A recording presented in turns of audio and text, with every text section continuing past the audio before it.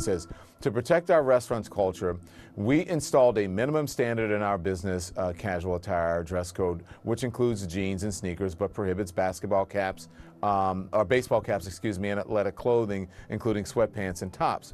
Though the definition of casual is ever evolving, we strive to maintain our policy requirements daily, but it isn't a perfect system. What did you think of this first response?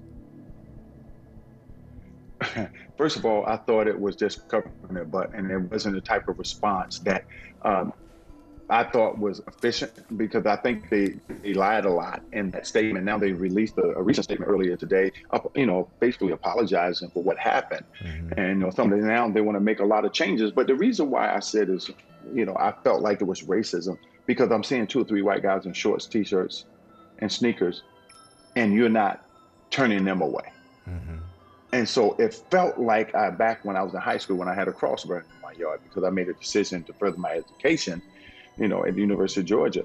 And even though it's not the same, it felt the same. The thing is, discrimination has many different disguises. In this case, it's disguised through a dress code, And so, and I'm not the only case or the only person who've had this type of thing happen. This has been a trend. Hopefully, I'm just hoping that they learn from this, and that they could get some diversity, equality, and this type of training to guard against this.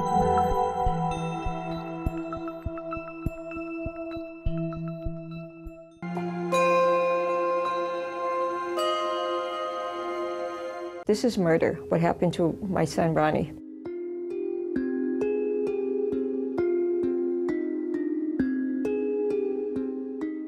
I want you to tell us specifically what you were told in the aftermath of your son's death. We were told by 2 officers that my son, behind a high-speed chase, ran into a tree. His car ran into a tree, and he died of head injuries. He hit the windshield, and he died of head injuries. We were told he died because of a car crash. The details that we got afterwards was totally everything but.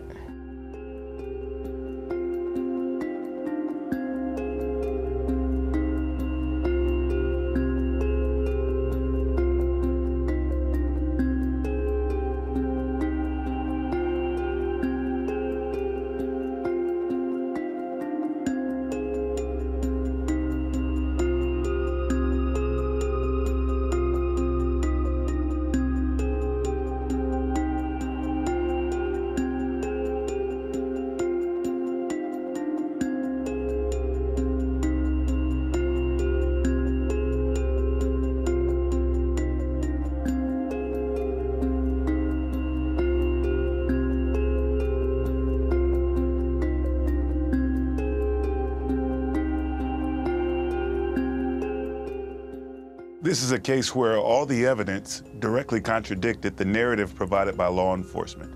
The evidence of Ronald Greene's body, which was heavily covered in bruises really from his head to his toe, and showed that he had been involved in a brutal assault. But the narrative that the medical examiner received and the medical professionals received said that he was involved in a car accident.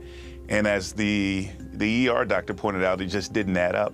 The medical examiner ultimately concluded that he had died from the collision, but that's because the medical examiner wasn't given a copy of this video that we've now all seen, or a proper narrative to describe it. I want to be clear, there was nothing standard about how the state troopers in Louisiana handled this arrest or the reporting on it.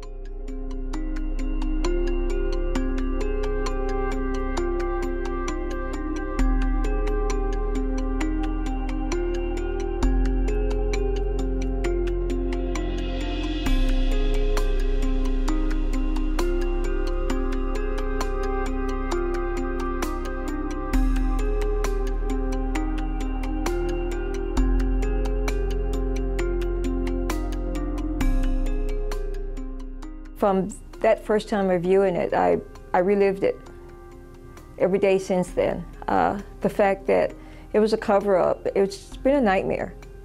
We've not properly grieved, but we need to hold these people accountable. Someone needs to pay. Someone needs to go to jail for this. This is murder, what happened to my son, Ronnie. It's horrible that everyone has to see this, but at the same moment, I'm so glad that it's exposed because of corruption. It's such a horrific level of corruption, all the way up to the top, from day one.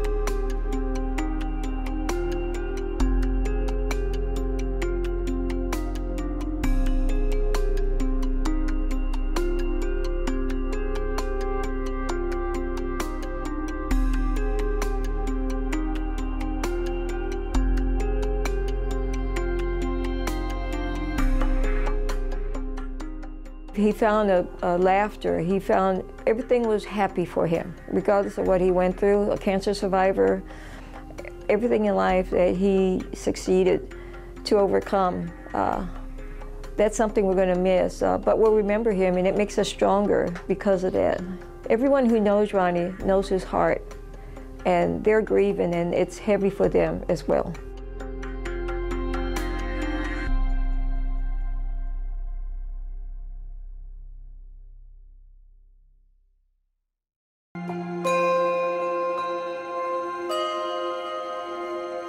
Holy cow, incoherence.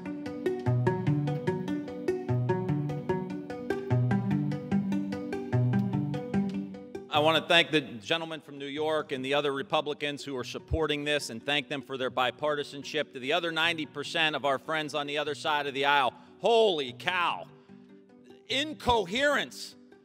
No idea what you're talking about. Benghazi, you guys chased the former Secretary of State all over the country, spent millions of dollars. We have people scaling the Capitol, hitting the Capitol Police with lead pipes across the head, and we can't get bipartisanship. What else has to happen in this country? Cops. This is a slap in the face to every rank and file cop in the United States. If we're going to take on China, if we're going to rebuild the country, if we're going to reverse climate change, we need two political parties in this country that are both living in reality, and you ain't one of them. I yield back the balance of my time.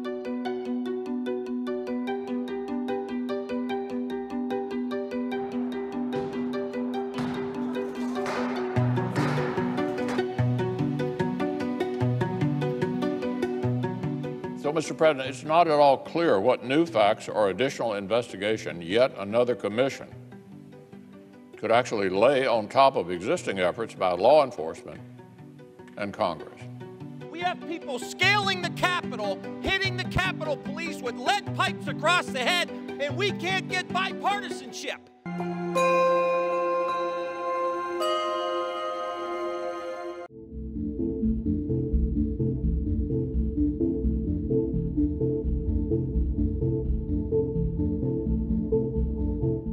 You know, it's a real honor to be standing, to just be standing here today. It doesn't, I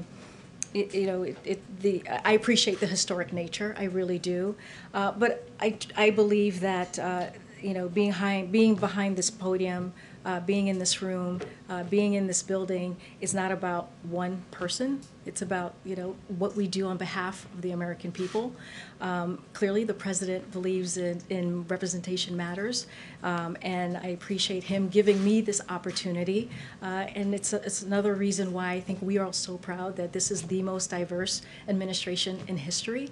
But again, this is not about me. This is not about any of us. And anytime I'm behind here, and I think you've heard Jen say this as well, we are going to be truthful.